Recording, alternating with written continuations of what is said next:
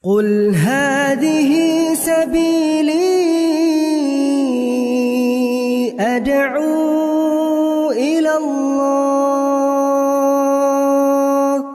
Assalamualaikum warahmatullahi wabarakatuh. Alhamdulillah, kita ketemu lagi di channel pemberantas kemaksiatan kaum muslimin. Dan seperti biasa, sebelum kita masuk ke pembahasan, kami ingatkan untuk kaum muslimin yang belum subscribe ke channel ini, silahkan subscribe untuk mendapatkan notifikasi ketika ada video-video yang terbaru yang kita upload di channel ini. Dan untuk yang sudah subscribe, kami ucapkan jazakumullahu khairan katsira. Dan kaum muslimin, viral video pidato dari Pak Deddy Mulyadi dalam acara sholat Idul Fitri tahun 1446 Hijriah. Pak Deddy Mulyadi menghadiri sholat Idul Fitri sekaligus memberikan pidato di sana. Artinya apa? Artinya Pak Deddy Mulyadi itu adalah seorang muslim, ya. Jadi ini menjadi bantahan telak bagi yang kemarin berkoar-koar menyatakan bahwa Pak Deddy Mulyadi itu adalah orang kafir, bahkan musuh Islam. Video ini menjadi bukti bahwa Pak Deddy Mulyadi itu seorang muslim. Ya, seorang muslim. Adapun Pak Deddy Mulyadi yang melakukan hal-hal yang melanggar syariat Islam seperti membuat patung, kemudian melakukan ritual-ritual yang di luar tuntunan syariat Islam, bahkan menjurus kepada kesyirikan, maka itu dilakukan oleh Pak Deddy Mulyadi karena ketidakfahaman Pak Deddy Mulyadi terhadap syariat Islam. Dan itu persis banyak dilakukan oleh Ba'alawi dan juga kaum muslimin yang ada di Indonesia. Banyak kaum muslimin yang tukang buat patung itu banyak. Bahkan pakai banget, ya. Bahkan acara takbiran saja mereka buat patung kaum muslimin. Mereka buat patung. Ya nggak ngerti tujuannya apa, nggak ngerti. Yang jelas banyak mereka yang membuat patung. Ya. Jadi nggak bisa kaum muslimin, orang yang berbuat kesyirikan, sekalipun jelas itu kesyirikan, bahkan syirkun akbar, kita nggak bisa secara langsung mengeluarkan pelakunya tersebut dari agama Islam. Langsung kita kafirkan, nggak bisa. Coba kaum muslimin ya, langsung saja kita simak bagaimana pidato dari Pak Deddy Mulyadi. Ya, di mana pidato ini jelas akan semakin membuat para pembenci Pak Deddy Mulyadi ini semakin kepanasan, ya. Apalagi di ujung video, di akhir video, ya. Di sana sangat tampak kedekatan Pak Deddy Mulyadi dengan masyarakat Jawa Barat, ya. Meskipun sudah diprovokasi oleh Bahar Smith, oleh Rizik Syihab dan oleh yang lain, ya. Tapi masyarakat Jawa Barat tetap merasakan bahwa Pak Deddy Mulyadi itu adalah sosok pemimpin yang diidam-idamkan oleh mereka dari sisi kepemimpinan, bukan dari sisi agamanya. Ya, kalau masalah agamanya ya kami nggak komentar. Ya, kami hanya mendoakan saja. Ya, mudah-mudahan Pak Deddy Mulyadi ke depannya nanti dikenalkan dengan manhaj yang hak. Ya, kalau melihat jalannya kepemimpinan dari Pak Deddy Mulyadi itu bagus kaum muslimin, bagus.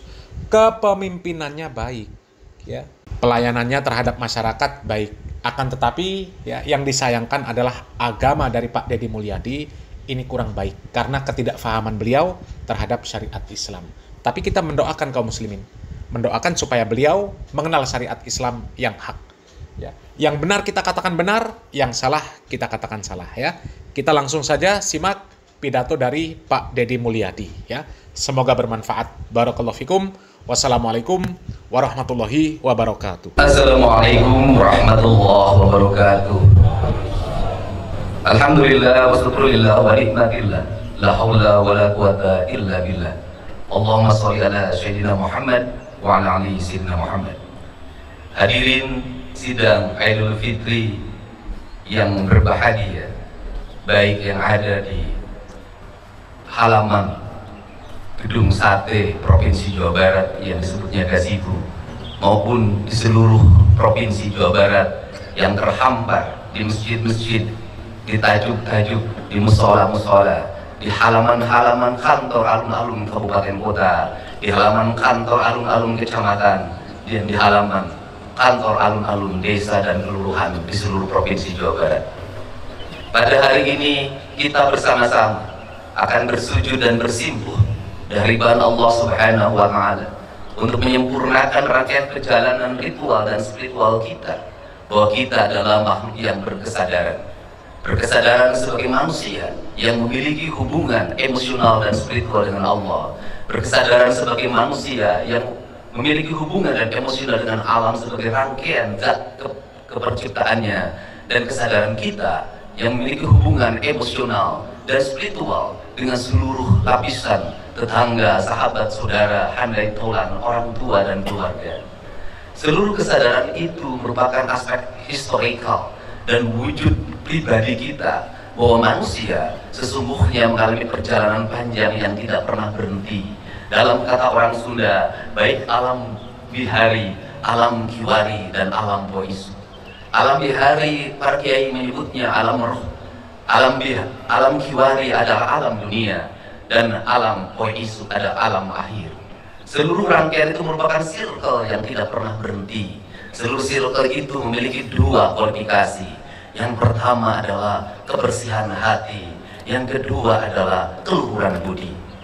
Kebersihan hati adalah, dalam kaidah orang Sunda menyebutnya celik putih, celak herang, cak bulan 14, jalan gede, sesapuan, adalah kebersihan jiwa, karena jiwa yang bersihlah yang akan mampu memiliki empati pada sesama hidup. Maka tugas pemimpin sebagai gubernur Jawa Barat hari ini adalah bagaimana membangun rasa empati antara pemimpin dengan rakyatnya, bukan dengan ucapan tetapi dengan tindakan. Maka empati itu harus dilakukan dengan melakukan tindakan-tindakan yang nyata dan terukur, dengan memiliki tanggung jawab pada 8 asnaf yang terus-menerus dalam setiap tahun kita santuni melalui zakat, infak, dan sedekah. Tetapi di balik itu, seluruh aparatur negara harus memiliki kesadaran yang kolektif bahwa kita semua adalah para pemegang kebijakan yang di dalamnya memiliki kewajiban untuk memberikan rasa aman, memberikan rasa bahagia, memberikan rasa sejahtera, bahkan mengangkat derajat mereka dalam tahapan dan tingkatan hidup yang sama, yaitu 8 asnaf. 8 asnaf dalam kaidah Islam dilakukan pada zaman Rasulullah SAW. Pada saat itu masyarakat hanya diwajibkan membayar zakat, tidak diwajibkan membayar pajak.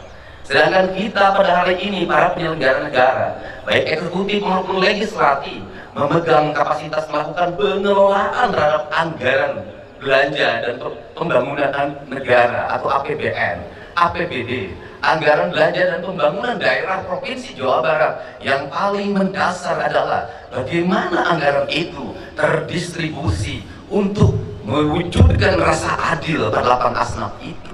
Karena apa? Karena pada zaman Rasulullah, zakat memiliki fungsi pengelolaan negara yang dikelola oleh Baitul Mal. Sedangkan kita hari ini memiliki kedobel anggaran. Yang pertama, Baznas mengelola keuangan melalui pembayaran zakat. Yang kedua, negara melakukan pengelolaan keuangan melalui APBD. Di balik itu ada infak dan ada sedekah. Sesungguhnya di Indonesia ini adalah pungutan untuk rasa adil masyarakat sangat banyak melebihi negara-negara lain. Tetapi kenapa yang menjadi problem? Justru keadilan belum terwujud, justru kemiskinan belum tertangani, justru orang-orang tidak mampu sekolah, tidak mampu membeli baju seragam, tidak mampu membeli sepatu, banyak pungutan di berbagai tempat. Sesungguhnya kita yang sholat dalam setiap hari 5 waktu, kita ini melakukan pengkhianatan terhadap apa yang menjadi tugas dan kewajiban kita sebagai penyelenggara negara. Alangkah malunya kita di hadapan Allah di negeri yang beriman dan beramal soleh ini, ketika pungutan negara ada, pungutan zakat ada, tetapi rasa adil belum terwujud. Berarti kita sebagai penyelenggara negara belum bisa memaknai dan memahami Islam secara paripurna.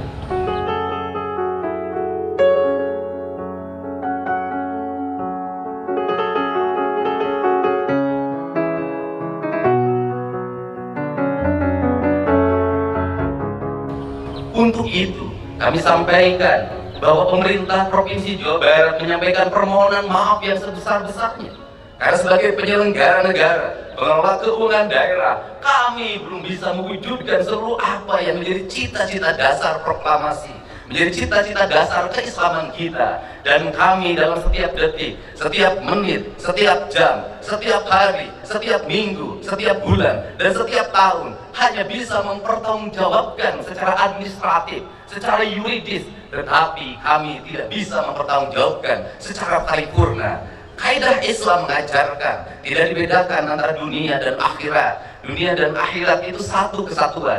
Perbaikan dunia akan melahirkan kebaikan di akhirat. Perbuatan paripurna di dunia akan menjadikan paripurna di akhirat. Maka pengelolaan keuangan negara itu adalah pengelolaan keuangan yang dipertanggungjawabkan di akhirat. Bukan hanya berpegang teguh pada prinsip-prinsip yang menjadi kewajiban penyelenggara negara, tetapi di balik itu memiliki hakikat. Sesungguhnya pemangkasan anggaran, belanja rutin pegawai diturunkan, kemudian diarahkan 70% belanja untuk kemakmuran rakyat. Itu adalah bagian dalam memahami ajaran Islam secara esensial. Kalau di dalam kaidah pengelolaan zakat, jangan sampai biaya abilin lebih besar dibanding biaya untuk lapan asnaf. Sekali lagi, jangan sampai biaya amilin lebih tinggi dibanding kepentingan asnafnya itu sendiri. Dalam kaidah anggaran, jangan sampai biaya rutin pegawai, tunjangan jabatan, perjalanan dinas, ongkos kantor, belanja ATK jauh lebih besar daripada belanja untuk kepentingan kemakmuran rakyat itu sendiri. Maka perspektif Provinsi Jawa Barat kali ini merubah mindset itu. Tugas pengelolaan anggaran adalah tugas-tugas Islam, tugas-tugas kemuliaan, tugas-tugas kemanusiaan. Maka kegagalan seorang gubernur adalah masih ada orang yang menjadi pengemis di perempatan jalan, masih ada anak-anak yatim yang tidak sekolah, masih ada orang-orang miskin yang rumahnya roboh, masih ada orang yang kebanjiran tapi tidak tertangani dengan baik, masih ada orang yang bunuh diri karena terikat bank emo, bank keliling, pinjol. Itu adalah kegagalan seorang pemimpin. Untuk itu, pada kesempatan hari ini, saya mengajak pada seluruh penyelenggara negara di Provinsi Jawa Barat, para bupati, wali kota, para kepala desa, kepala kelurahan, mari kita bersama-sama memiliki kesadaran. Keislaman kita bukan dinilai dari umroh kita yang dilaksanakan setiap tahun. Keislaman kita bukan dinilai dari gamis yang kita pakai. Keislaman kita bukan dinilai dari peci hitam dan putih yang kita kenakan, dari sajarah yang kita hamparkan. Keislaman seorang pemimpin dinilai dari senyum rakyat dalam setiap waktu. Sekolah tidak mesti ngantri. Senyum rakyat dalam setiap waktu, makannya tepat dan bergizi. Senyum rakyat dalam setiap waktu, jalannya halus. Senyum rakyat dalam setiap waktu, pupuk tidak sangat mudah didapatkan. Senyum rakyat dalam setiap waktu, ketika sakit di rumah sakit, negara tampil dan hadir untuk mengobatinya. Dokter dan para medis tanpa membedakan kaya dan miskin datang dengan penuh senyumannya. Senyum rakyat dalam setiap waktu ketika seorang yang melahirkan penuh dengan kenyamanan, bayi yang terlahir dilayani oleh para medis dengan senyuman.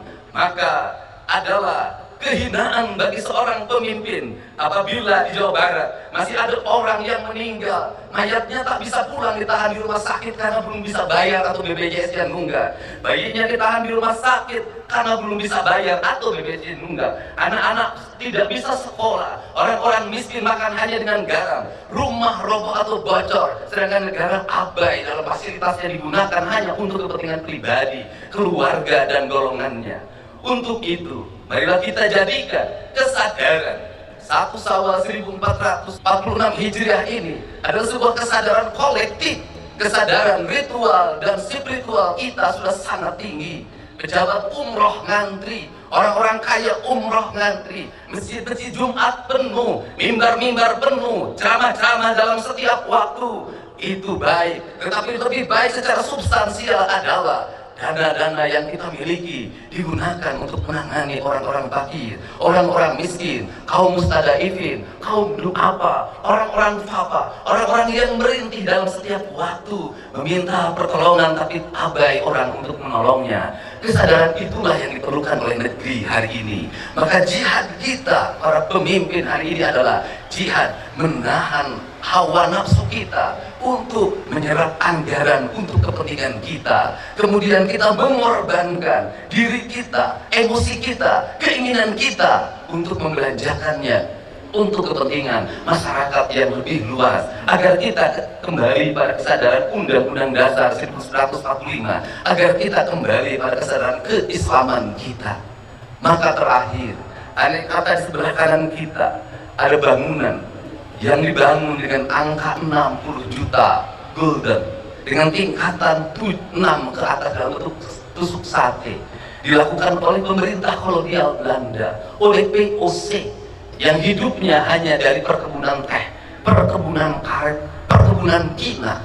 Mereka mampu membangun jalan-jalan yang berkualitas. Mereka mampu membangun bangunan-bangunan yang berkualitas yang masih digunakan oleh kita hari ini. Mereka mampu membangun bendungan-bendungan yang berkualitas. Pertanyaannya adalah, kenapa kita yang mengklaim kaum pribumi itu tidak mampu mengelola perkebunan? Jangankan membangun gedung seindah gedung sate, hanya mengelola kebunnya saja sudah tidak mampu dengan dikontrakan kepada pihak lain, yang melahirkan longsor, kekeringan. Betapa kita sebagai beragama punya rasa malu di hadapan Allah Subhanahu wa Ta'ala. Betapa kita sebagai bangsa yang berpancasila merasa malu oleh POC. Oleh POC saja kita sudah kalah dalam melakukan pengelolaan, apalagi oleh bangsa lain. Untuk itu, mari kita bersama-sama tinggalkan keegoan ritual kita. Mari kita bersujud dan mohon ampunan kepada Allah Subhanahu wa Ta'ala. Dan bentuk pengampunan Allah Subhanahu wa Ta'ala, saya meyakini akan turun pada kita mana kita memiliki kesadaran bahwa kita adalah makhluk yang salah dalam pengelolaan kebijakan. Marilah kita minta maaf pada anak-anak miskin yang tidak bisa sekolah.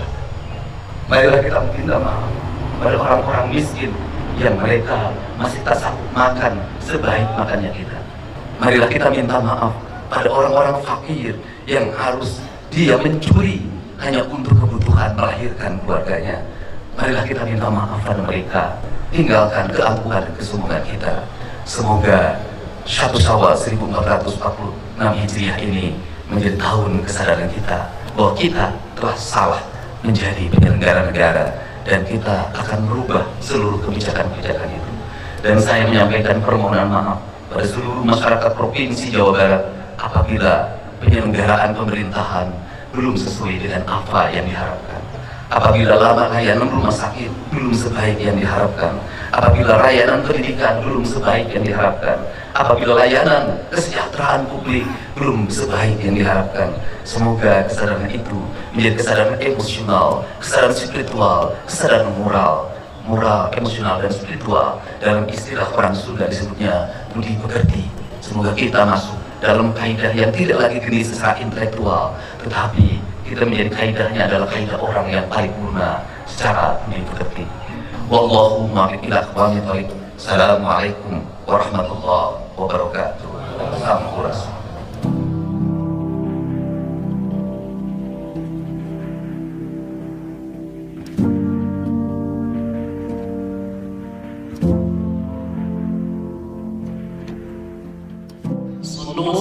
سنة عيد الفطر ركعتين جامعة رحمكم الله.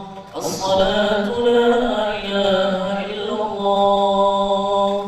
الله أكبر. سبحان الله والحمد لله. الله أكبر.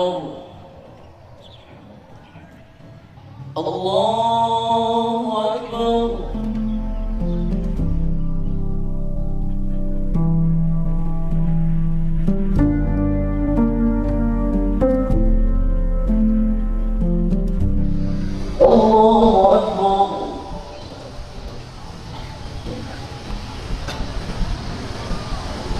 سمع الله لمن حمده. الله أكبر. الله أكبر.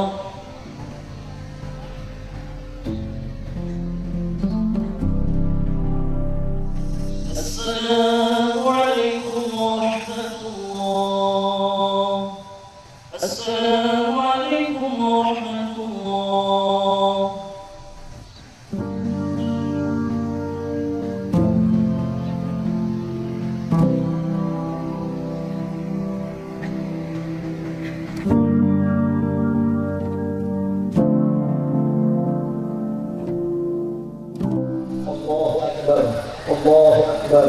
الله أكبر الله أكبر الله أكبر الله أكبر الله أكبر ولله الحمد.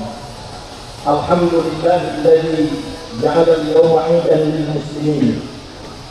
Mengawali khutbah ini, khotib berwasiat untuk pribadi dan berlaku untuk seluruh jamaah sekalian agar sama-sama meningkatkan kualitas takwa kehadirat Allah Azza wa Jalla. Karena takwa merupakan mustika yang paling indah di dalam menghiasi hidup dan kehidupan kita. Takwa merupakan ajimat penyelamat dari kesesatan dunia dan akhirat. Takwa merupakan senjata yang paling ampuh di dalam menaklukkan berbagai persoalan godaan setan yang sesat dan menyesatkan. Karena itulah berbekalah dalam setiap langkah kita dan sebaik-baiknya bekal melaksanakan perintah Allah dan menjauhi yang dilarang Allah Subhanahu wa taala dengan sebenar-benarnya takwa dan takwa yang sebenar-benarnya.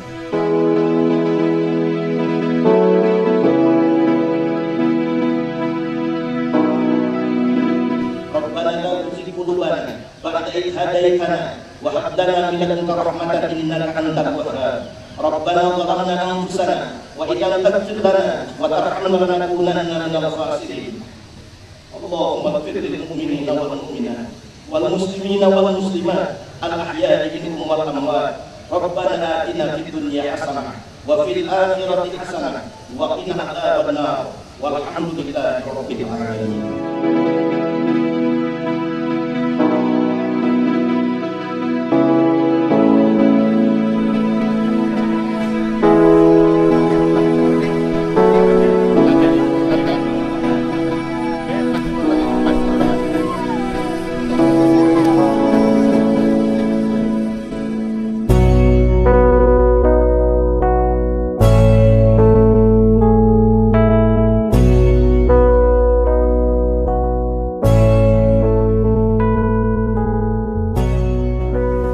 Kita di Gasibu ya, sate. Selamat Lebaran ya. Semoga sehat. Amin. Banyak rezekinya. Amin. Buat seluruh warga Jabar saya mohon maaf atas segala kesalahan. Amin. Perilaku yang bisa membahagiakan semua. Saya juga mohon maaf ya, pada seluruh sahabat-sahabat saya. Kan teman saya ketika SD, SMP, SMA dan SMA Purnawarman dulu. Ini warga kota Bandung nih. Riau-riaunya nih. Ini orang Riau.